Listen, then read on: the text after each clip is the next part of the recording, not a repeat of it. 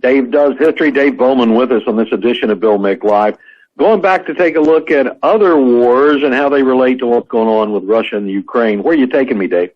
Bill, until the early 1900s, until the early 20th century, do you know what one of the most valuable commodities on this entire planet was, at least in the 18th century?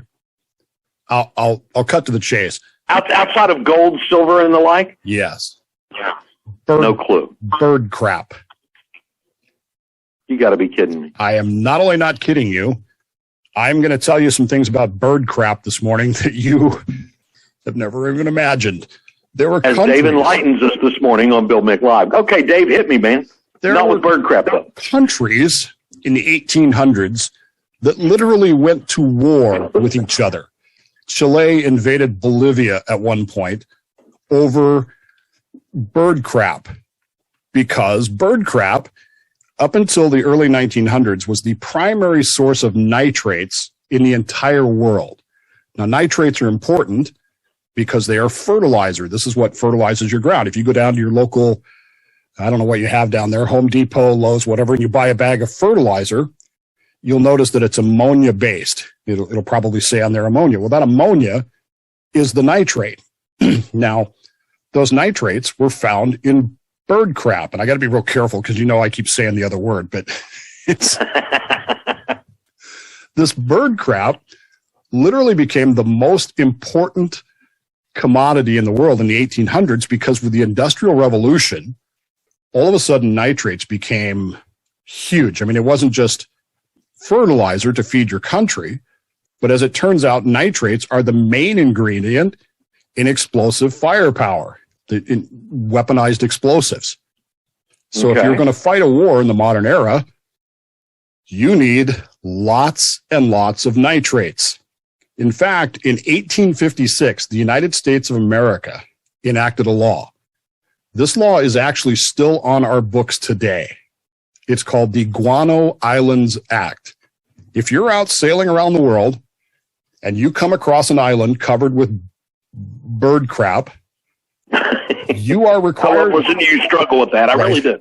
You are required by law to claim that island in the name of the United States. Still, today, you're required to do that because this law is still on the books, which is weird because you don't think about, bird crap being your source of nitrates anymore, because it's not. As the wars became industrialized in the 1800s, nitrates became very, very scarce. Chile invaded Bolivia over bird crap.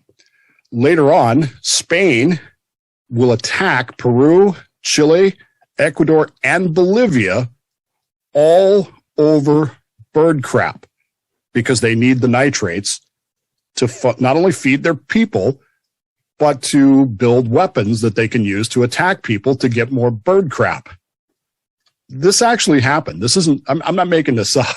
Okay. So it's not something we talk about in history because people go, well, that's crazy, but it was true. And even the United States got involved with it too a little bit. There were strategic considerations involved with this. Prior to the First World War, Germany started planning for what was going to happen. In the late 1890s, if not early in the 1890s, Germany was already planning for what was going to happen if they went to war with England. They knew that they would be blockaded. So how do we feed our country? How do we feed all these people if Britain, France, Spain, whoever blockades the entire country? Well, we're going to. I want to move into that World War I era, but I do have a call that came in early as we started talking this. Let's get the call in, and then we'll move on with more in history here. Line 1, you're on with Dave Bowman on Bill Mick Live. Good morning, Bill. Morning. Yes, as far as that bird crap, a question to your author there is, I was at a wedding and a bird crapped from the sky on me, and I was always told that was good luck. I was wondering whether that had anything to do with the value people placed in the past on bird crap, because I was always told it was good luck if a bird crapped on you from the sky. But my real reason for my call is being a Ukrainian, of Ukrainian descent. We always were kind of looked at Ukraine as a threefold entity. You had the western part that was Ukrainian Rite Catholic, which is, more identifying with Austria and Poland. Then you had the central part, which was Ukrainian Orthodox, and then you had the eastern breakaways, which were Russian Orthodox. And Belarus is almost all Russian. So in looking at this tragic situation, from my perspective, it's almost I'm seeing kind of the birth of really a new country, because was it Russian? Was it not? There's always these questions. Was it East? Was it West? But I can safely say for the next 1,000 years, however this war shakes out, I think the Ukrainians will always now forevermore think of themselves as Ukrainian. Entirely possible. Thanks for the call. Good to have you along. Dave, you got any idea on the good luck idea of the bird crap? Yeah. Bird crap was considered lucky. Why? Because it was a source of life in many ways. It was fertilizer. It would grow food. Funny side story, since we're on side stories. When I was in basic training in San Diego, of course, it's covered with what we call grinder birds, seagulls. And it was not unusual during a graduation performance for seagulls to decorate people during that as well. And you still had to stand there at attention or whatever you were doing, even though you wanted. Had it happen under the awnings at my hometown minor league ballpark, and birds in the rafters, new jacket right on the shoulder. I've had it happen. It's disgusting, isn't it? It is. It's but horrible. I didn't know it was lucky at that time. Of course, later on, I became a minor league umpire, so maybe it was luck. And I went on to a successful Navy career, so I guess maybe it was. So yeah, the Germans were thinking in terms of how are we going to feed our people? We don't have enough nitrates. We don't have enough fertilizer. How do we do this? And you'll notice that today we don't worry about where we're going to get nitrates from, right? Right. Why is that? You may be asking yourself. When we get back after the break, we'll tell you exactly why that is. A little bit of history and bird crap along the way. Dave Bowman, glad you're here. Always appreciate it. Always an interesting twist on history. Just like, Sherman and Mr. Peabody and the Wayback Machine. Dave does that with us every Tuesday here on Bill Mick Live. You want to take part as we look at history, anonymous bird crap, not anonymous bird crap, but anonymous and bird crap, and where that leads us. It's today's 8 o'clock hour of Bill Mick Live. Again, it's 321-768-1240.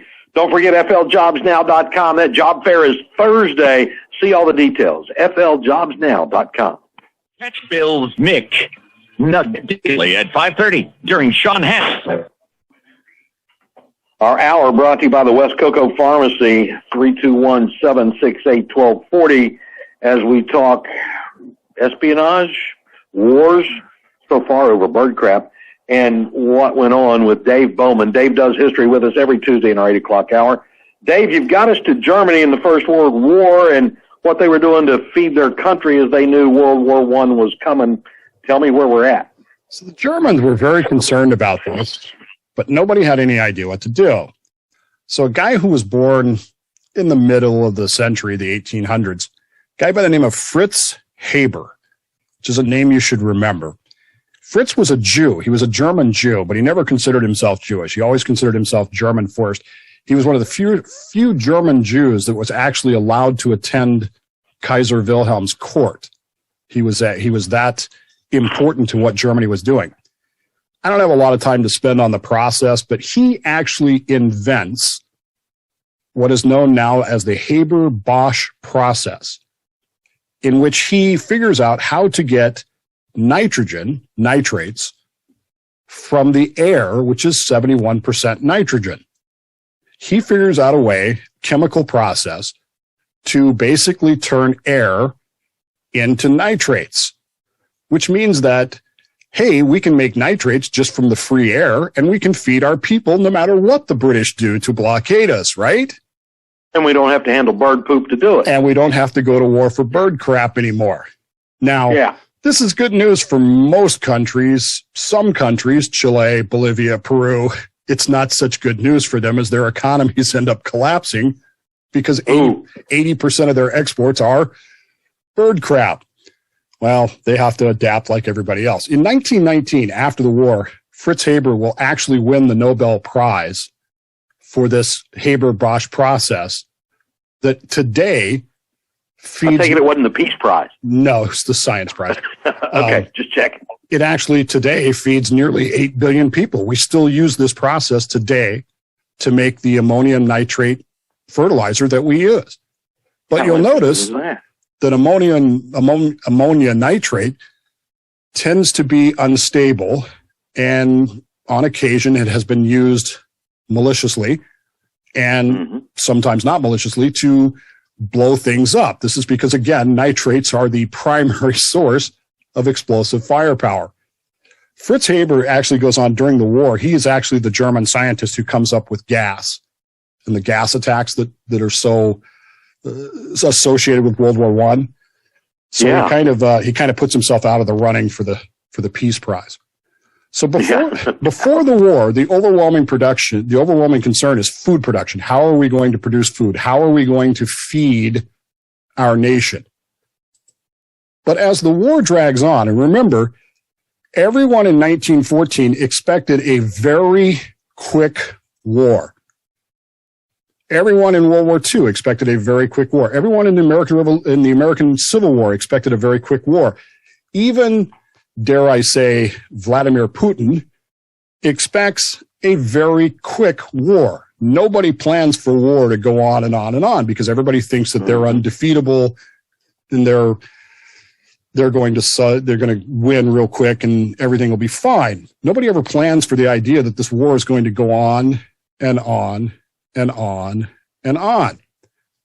And by 1916, no matter how much ammonium nitrate you can make to feed your people, you're running out of something else, which is munitions. And the war did not go quickly, and we need more munitions. So the blockade that the British and the French put into place is stopping the importation of any food whatsoever to Germany. So it's basically what they can grow themselves to eat, right? Okay. Now, this situation we've seen before. The American Civil War, the Anaconda Plan, basically starved the South into submission. In World War II, we basically starved Japan into submission. In World War I, the war it's just an unbelievably destructive thing. I mean, we don't even have a clue today. I mean, we talk about, well, you know, we lost 10,000 people in Afghanistan, and I don't want to minimize that at all. But there were times when we were losing 10,000 people in an hour in some of these wars. And in World War I, they lost 1.5 million people in the space of a month at one battle. We have no comprehension of this. The amount of nitrates that were going into the weapons that were being used in this, and while the people were starving, continued to grow and continued to grow. By some estimates, and these are not my estimates, but by some estimates, World War I lasted 2 to 2.5 years longer than it should have because Germany was able to produce nitrates using this Haber-Bosch process. Now imagine, how many people died from 1916 to 1918 in a war that shouldn't have been happening if not for this scientific process that enabled them to create nitrates out of thin air? What you're telling me is progress not always a good thing, at least on that front. Dave, bear with me while I remind everyone, the West Cocoa Pharmacy is this hour's sponsor of our program.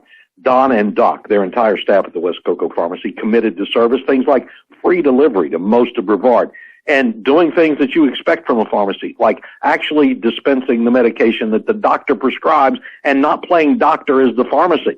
There are pharmacies at hospitals and major chains that if your doctor prescribes X, will tell you, oh, no, we're not going to give you that. Well, not their job, and the West Cocoa Pharmacy gets it. You can learn more about them at cocopharmacy.com.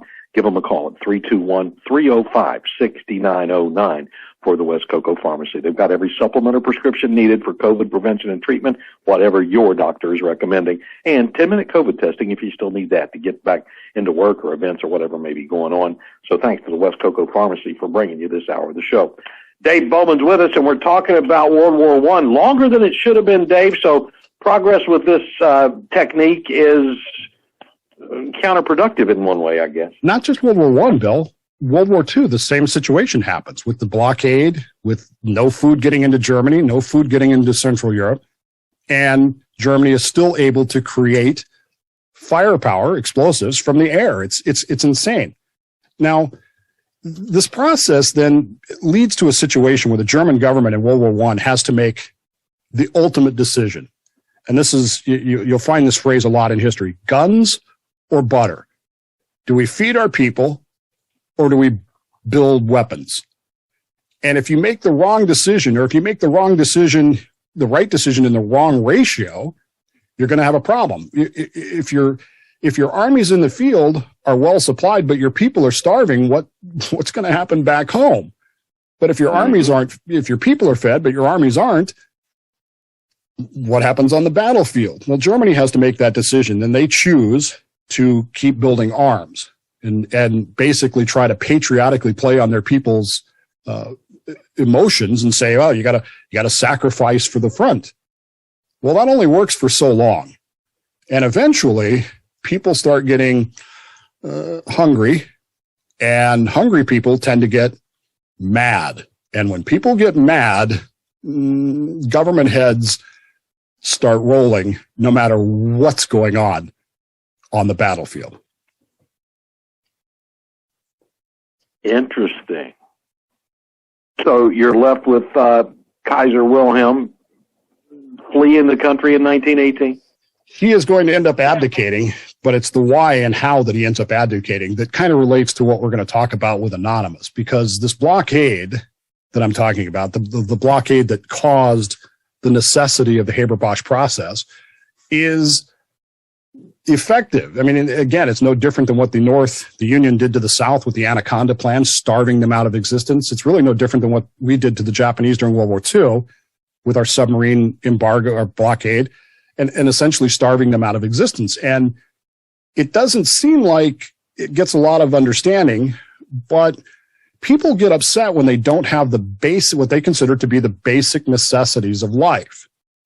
And Dave Bowman ties World War I, World War II to what's happening in Russia and Ukraine today when we continue in moments on Bill Mick Live. We're back on WMMB.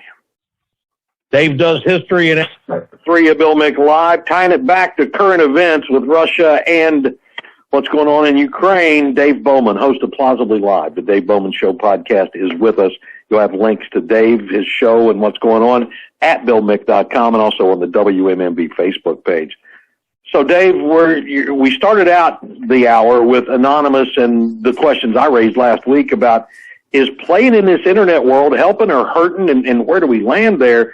You took me into bat crap stories and made an interesting one of that. Where are you taking us back to now? How's it all come back together? So in 1918, Germany had made the decision, guns over butter. They had decided that it was more important to continue the war and to play upon the patriotic emotions of their people and continue the war. Now, this leads to a myth that the German army is never defeated in the field. Now, this myth is promulgated by nationalists after the war. It's used as an excuse, the backstabbing excuse that you're going to hear about. It's not true. The German army was, badly beaten in the field, but it didn't seem that way. Sorry. I got to get some coffee in me. So what did cause? Don't do that. That's quite all right. So what did cause the defeat? In one word, starvation. Starvation, the blockade, caused the German defeat. It led to, because the people were not able to get their basic necessities of life, things that they considered to be the things that we must have to function. It led to revolts. It led to anti-war demonstrations. It ultimately leads to Kaiser Wilhelm abdicating and fleeing the country 2 days before the war actually ends. In other words, as soon as he leaves, the armistice is signed, and there you go. So at the end of the day, the lesson you take from this is that taking away the comforts of life, the basic necessities and comforts of life, angers the people. Guns and butter. So when you start talking about these anonymous attacks, in the 21st century, what would you say is the number one luxury that people, and maybe not even luxury, maybe they consider it a necessity? What's the number one thing that people consider everywhere as that thing, after food and shelter. What's the connectivity? Connectivity. Yeah, absolutely. Internet. So if Anonymous starts taking down the Russian internet, how's that going to play with the Russian people? I mean, Russia has already canceled or blocked social media on the theory that somehow or another, if we block social media, nobody in this country is smart enough to figure out how to get around that, and they won't hear about how badly things might be going. So how's that going to play with the people in Russia? The caveat being in all of this, that this war, as I talked about yesterday on my show, this war is different. This is someone called this the first TikTok war, meaning that this war is playing out on social media, much like the first Gulf War played out on CNN live in front of us. I don't know if you recall that or not, but it was paradigm shifting. And this is the same thing, only it's TikTok, it's social media. So if you take that away from the Russian people, not the Russian government, the Russian people, it might anger them to the point where they finally stand up and say, you know what? We're not putting up with this crap. And much like the Kaiser, much like the Tsar, much like Jefferson Davis, people will stand up and say, no more of this. This is crap and not bird crap. So you see the anonymous attack then as pretty much being helpful at potentially bringing this to a conclusion, because they have messed with the convenience of the Russians' addiction to their phones and their computers and the like. Think about how much of your life is based on the internet. I mean, every bit of my show prep, every bit of getting ready for the show, every bit of us connecting and talking about what we're going to do on a Tuesday, all of that. I pay for my groceries with the internet. So at what point does, if my government if the internet gets blockaded in so many ways, I'm going to be angry about that. And I'm going to see the people causing this blockade as the enemy, not the people doing the blockade. I'm going to see the people who caused the blockade for an unnecessary war, an unnecessary conflict, much as the German people saw World War I and World War II and so forth and so on. And it's just, to me, it seems like Anonymous is being helpful in a way. I just wish they could really damage things, and I'm not convinced that they can, but boy, if they could really take down the entire internet in Russia, I think you'd see some huge reaction from the people over there, because they would know what that means. I mean, they've tasted freedom since 91. They've tasted the connectivity. They know when the Soviets were lying to them, and they know when the neo-Soviets are lying to them. So I think it would be helpful. And in the same way, like you said, I do believe that the internet and your cell phone, your computer, all of that is pretty much a utility these days, not a convenience, not a luxury, but it is how we are connected. The telephone wasn't a necessity when it was first developed, and up through even the early 60s when I was a kid, we still had a party line. It wasn't too long before we had 4 phones in the house, a private telephone line, and then the technology exploded. So it became a utility. And that invites a question for another day about regulating utilities and what's reasonable there. But also, Dave, as you say, this is a TikTok war. I still wonder about the intel capabilities and being able to hack in and do those things. If the internet's not available there, you don't get intel you might otherwise have. But I can see what you're saying about it potentially being an asset, and that's an interesting perspective. We're going to get to phone calls at 321-768-1240 when we continue in just 60 seconds as Dave does history on Bill Mick Live. Dave does history on Bill Mick Live, and let's get to those phones. Keith has been patiently waiting in Palm Bay. Hey, Keith, welcome to the show. What's on your mind for Dave today? Hey, good morning, guys. Now I'm going to think of this story every time I hear BS, bird. I asked this question, Dave, of you because I'd seen a video report of a Russian vehicle parked on the side out of gas, and they were talking to him, and he claimed he had no idea why he was there or what they were doing. In 1980, one of the reasons I joined the Army was the Iran thing, and I got stationed at Fort Sill, Oklahoma, first of the 12th Mobile Lance Missile Unit with tactical nuke capability. And we were attached to the 82nd Airborne's artillery. And every month or so, the 82nd used to send guys to us, and we'd gather in the auditorium, and they'd be dressed like Russians, in their uniforms, and they teach us how to distinguish between the vehicles and the uniforms and everything. And they said Russia, we had two things over Russia big time. The first was they won't drop a nuke because we won't hesitate to drop one. We've done it before, and we won't hesitate to do it again. Plus, they taught us that their military is not cross-trained. They gave an example: if you knocked out the driver of a tank, the other guys wouldn't know how to drive it, so you basically knocked out the tank. And also, their information is compartmentalized, and they don't know what's going on from the top going down to the guys on the ground.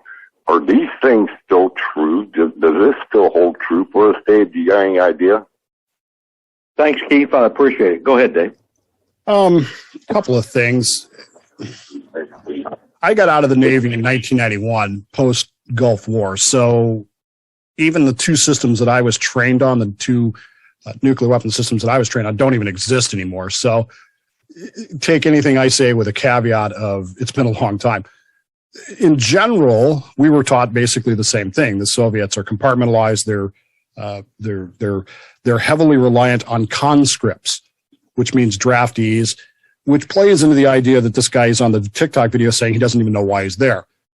I tend to not believe that because, again, it's the era of the internet. Even there's a story the other day about these Russian soldiers on the Tinder app sitting in Belarus liking girls in Kiev. And we talked about that yesterday. Right. That was interesting. Right. So I don't know if I believe a Russian soldier when he says he doesn't know why he's there. I have, but at the same time, is it conceivable? It is. Insofar as their capabilities go, remember that it is Soviet and neo-Soviet doctrine. It's been repeated recently by them. Their doctrine is anytime a conflict starts, they announce that they reserve the right to use nuclear weapons to end the conflict. So Putin's posturing on nuclear weapons is not unexpected. It's standard neo-Soviet doctrine. So it doesn't scare me in the strictest of senses. I mean, you're always concerned. So not unexpected at all, and it's merely saber rattling as, hey, look how powerful we are. It's not even saber rattling. It's just a reminder that this is the way we fight. So if you want to get involved with us, understand that we reserve the right to use atomic weapons to win the fight. Now, in the era of mutual assured destruction, I don't know that that's a smart idea, and I don't think that they actually believe that it's a smart idea. And remember that their control systems have changed. So, here in the United States, we control nuclear weapons a certain way. The Soviets and the neo-Soviets don't necessarily follow that pattern. I don't know. What I don't know is how much personal direct control Vladimir Putin has over those weapons. The more he has, the more it would scare me. But I'm not convinced that he has direct control over the deployment of weapons. Get another quick question in. We move to line 2. You're on with Bill Mick and Dave Bowman. What's your thought? Well, this is an idea. You've got a bad connection. You want to try to call us back? We'll try to get you in before the show is done. So, Dave, what do you think about unsanctioned actors like Anonymous? I realize you think this is probably a good thing if it could be on a big enough scale. And will there be any coordination between them and the entities opposing the Russian invasion? Ukraine said, we're looking for our hackers to defend us and to attack Russia. Any coordination with Anonymous, or are they acting wild card on their own? I suspect that Anonymous is wild card acting on their own. But I also know, Bill, I don't know this, but I know this, that there are government agencies that are actively working on blockading the Russian internet. It's you would expect that in today's times. At least I would think so. And conversely, it's going to happen to us in reverse. Should, the elephant go up, same thing's going to happen to us in reverse. And how are American people going to react when our internet starts getting messed with?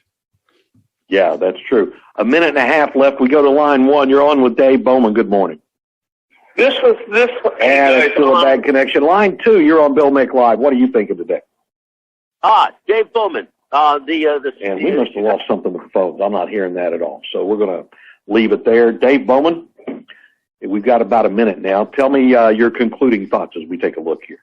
So there's a lot of stuff you could put in here, Bill, but I come down to one simple thing, and that is that the internet today is the bird crap of the 18th century and early 19th century.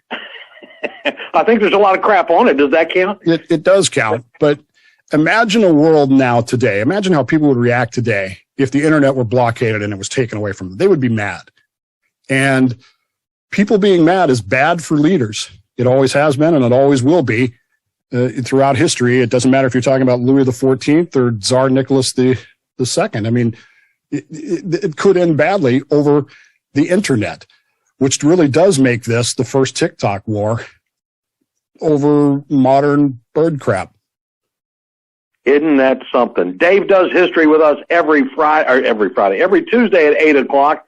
You can find him at Plausibly Live. It's thedavebowmanshow.com is where you find it. Links for you at billmick.com and on the Bill Mick Live Facebook page, the WMMB Facebook page. Dave, thank you, my friend. I'll look forward to talking next Tuesday. We will see you then. All right. Thanks to the West Cocoa Pharmacy. They made the hour possible. Wide open Wednesday tomorrow. What's on your mind?